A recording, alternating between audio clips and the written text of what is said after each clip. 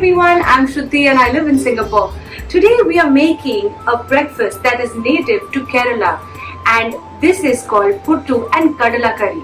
Puttu is nothing but steam cylinders of rice flour layered with freshly grated coconut, and it is often paired with Kadalacurry, which is nothing but black chickpeas, and it's a curry based with coconut, onions, pepper and a lot of goodness. So let's get cooking. So for the Kadalacurry we need the kadala, that is the black chickpeas, which I have soaked overnight.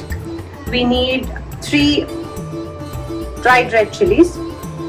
We need curry leaves. We need peppercorns. We need a teaspoon of chili powder. We need 2 heaped teaspoons of coriander powder. A few pearl onions or sambar onions as you call it. You can use the normal shallots if you don't have these onions around. You need about half cup to 3/4 cup of freshly grated coconut and a teaspoon of mustard seeds. We also need coconut oil. So let's first get to making the Kadalacurry, which is the chickpeas curry. I'm going to roast a masala for that, which is the masala paste, and I'm going to first roast my roasting ingredients, which is the coconut. I'm going to put about 4 to 5 small onions, and I'm going to put the peppercorns, and I'm going to put a few of the curry leaves. So first let's get to roasting this well until the coconut turns brown.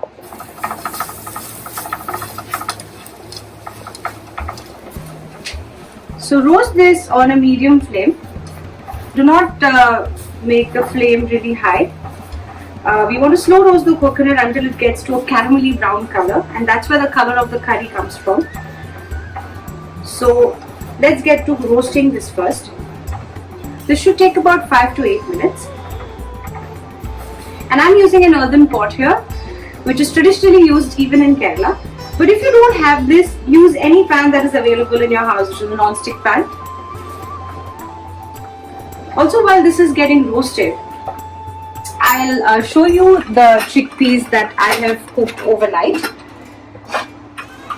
in a pressure cooker. So I have cooked them in water and salt, and I have cooked them until they're very soft. So you can just press them between your fingers. And also I have added about 15 of these small onions. You can add shallots if you want. You can add about 2 to 3 medium-sized shallots to this and cook it for about 15 to 20 minutes in a pressure cooker until it's soft and it's cooked well. And I'm going to use up a little bit of that water as well. So this is getting roasted, and I'll see you after 5 minutes. So now, as you can see, this has become nice and brown. So now I'm just going to push this to one corner. I have reduced my flame, and do not worry about the smoke that I'm getting here, because the earthenware tends to give out a smoke when you cook. So now I'm going to add the chili powder and the coriander powder to the same pan, and I'm going to saute this exactly for a minute till I roast the spices. Just be very careful you don't burn them.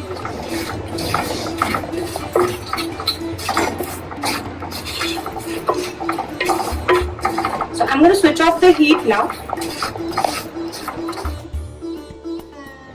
I have roasted the spices, the coconut, onion, pepper and curry leaves, and I have cooled this down. Just be very careful when you're roasting them, because it gets a bit spicy in your throat. I'm going to grind this into a fine paste. I'm using very little water. Actually, I'm trying to avoid the water, but if it doesn't grind really well, just use a little bit of water. So I'm going to grind this into a paste.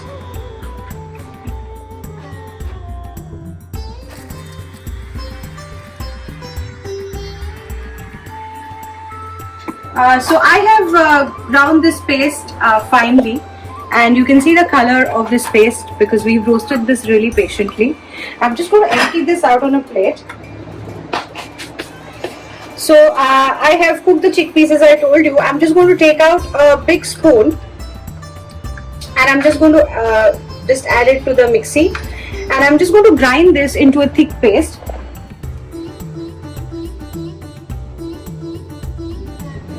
I have preheated my earthen pot and I'm going to add a tablespoon of coconut oil,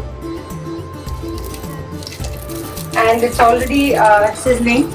To this I'll just wait for a few seconds to add the mustard seeds. Adding the mustard seeds, I'll wait for them to splutter. So as you can see, the mustard seeds are spluttering, so I'm going to add a few curry leaves. I'm going to add 3 dried green chilies. I'm just going to break them with my hand. Just give them a light stir.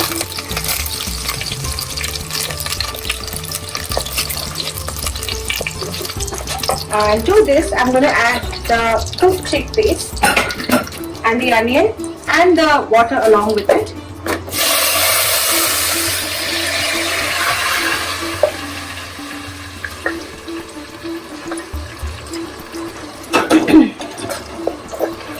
Give this a good stir.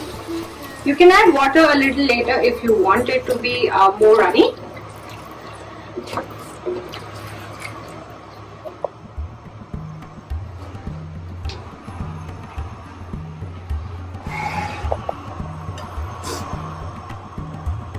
To this, I'm going to add the ground masala that we have prepared, the coconut and the spices.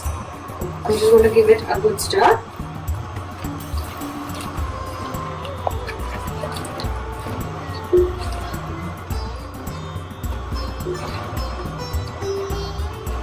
Check your seasoning as well. I had added salt while I cooked the chickpeas, so I'm just going to add a little more salt as it needs a little seasoning.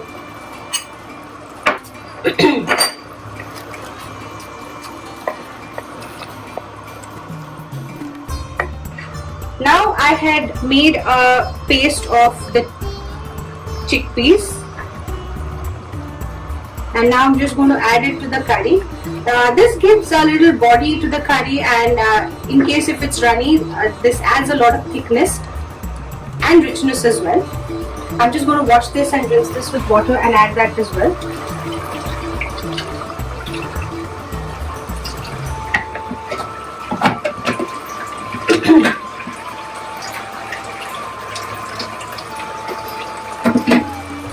So I'm adding about half.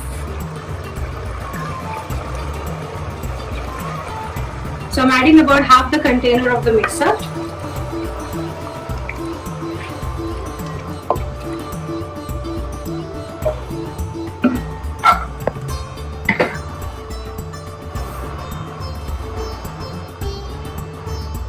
So boil this for about a good 5 to 6 minutes.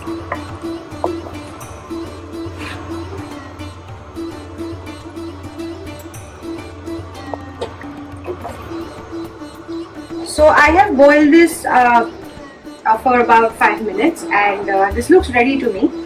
I'm going to switch this off, and I'm going to garnish this with fresh curry leaves.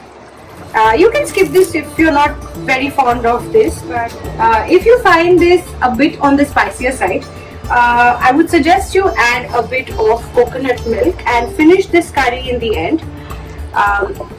This is not done traditionally, but if it's really hot or spicy, because there is enough chili pepper and there is peppercorns and there's a lot of chili in this curry, so you can add this and make it a little mild. So do not boil this after you add the coconut milk, just let it cook in its residual heat. Give it a good taste, and that's it. This is your kadala curry.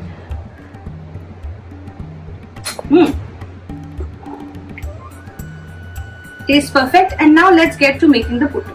So I have taken here the puttu flour, and we're going to get ready to make the puttu, the steamed rice cylinders, as I mentioned before. So I have taken here 2 cups of puttu flour. Puttu flour is coarsely ground rice flour. It's got a texture of a semolina, and you get this in a lot of Indian grocery stores as well. So let's get to making the puttu. You don't need a lot of ingredients for this. You just need 2 cups of flour, about a cup of water, a cup or more as needed, and a teaspoon of salt. So I'm going to add the salt first, and I'm just going to mix this so that the salt mixes well. So once the salt mixes, I'm just going to add water in batches, and I'm just going to crumble this. So you're not supposed to knead a dough, but you're supposed to crumble it. So make sure it's well crumbled. Do not mix and crush it, just crumble it. So you want the water to be incorporated well in the puttu flour, and it's supposed to be a moist mixture. It's not supposed to form a dough like a chapati dough or anything. So I think I'll add a little more water, but add it in batches of 1/4 cup each, so you don't end up getting an extremely lumpy batter. So just keep crumbling it. So I'm just going to add a little more in my bowl.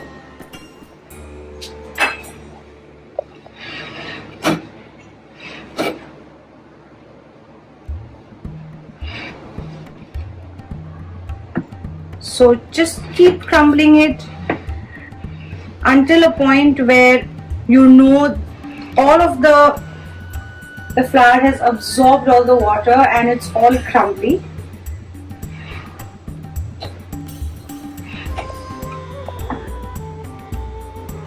So I think I will use a little more. So by now I have used the 3/4 cup of the water that I have taken.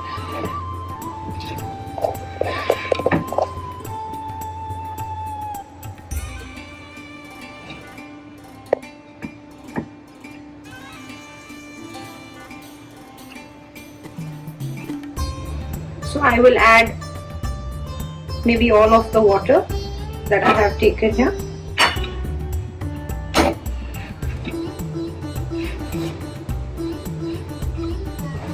So now you can see the difference as to how we started and to how moist and nice and fluffy it's looking. Just make sure you're incorporating everything.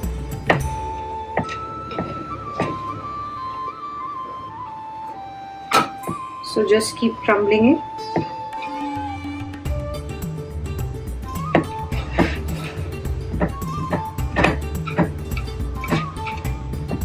So I have used up all of the cup that I have taken. I'm adding 1/2 cup of water to this, and I'm going to continue crumbling this.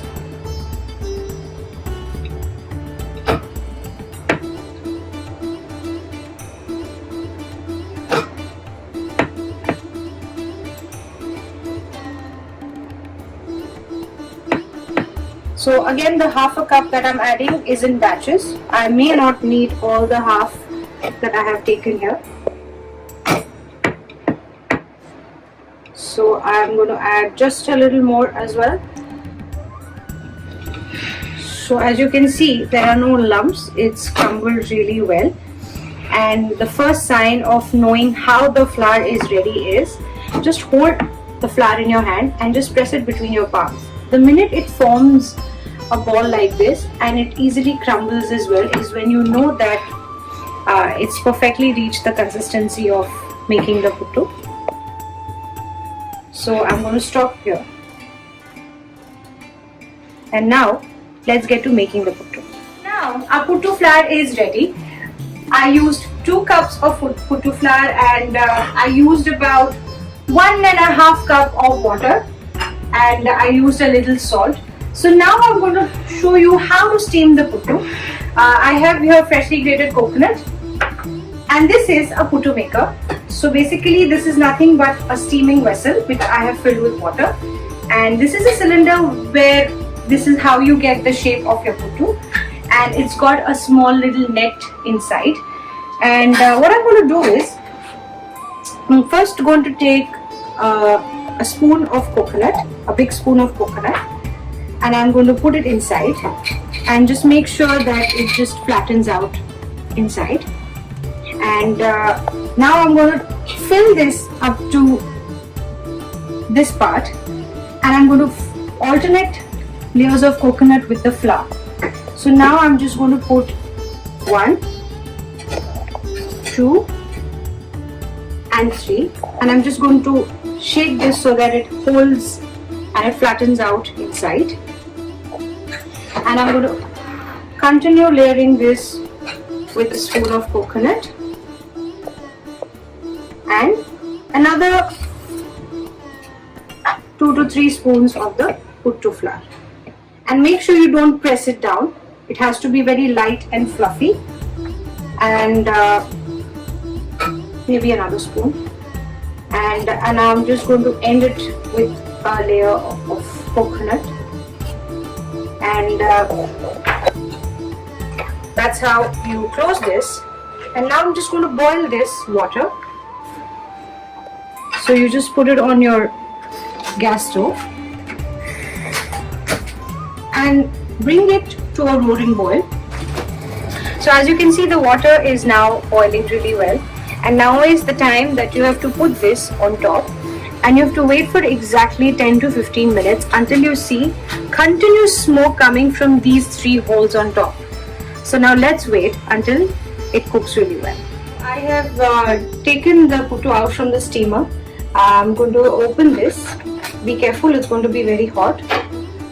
I'm just going to invert this on a plate, and this is a stick that I'm going to use to push it out, and be very, very gentle when you do that.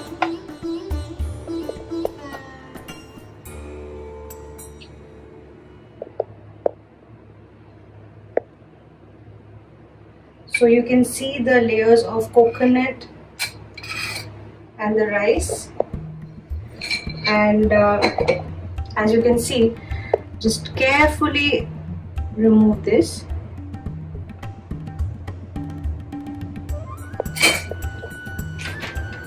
And you can see the fluffy and the soft puttu.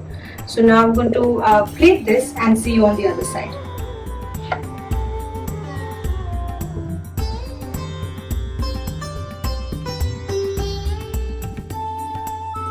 So finally our puttu kadala is ready to eat, and I cannot wait to taste this. I'm going to show you how amazing the puttu is looking. So this is how it is, steaming hot, soft and fluffy. So you have to do nothing, but you have to just take some curry and you have to pour it on this, and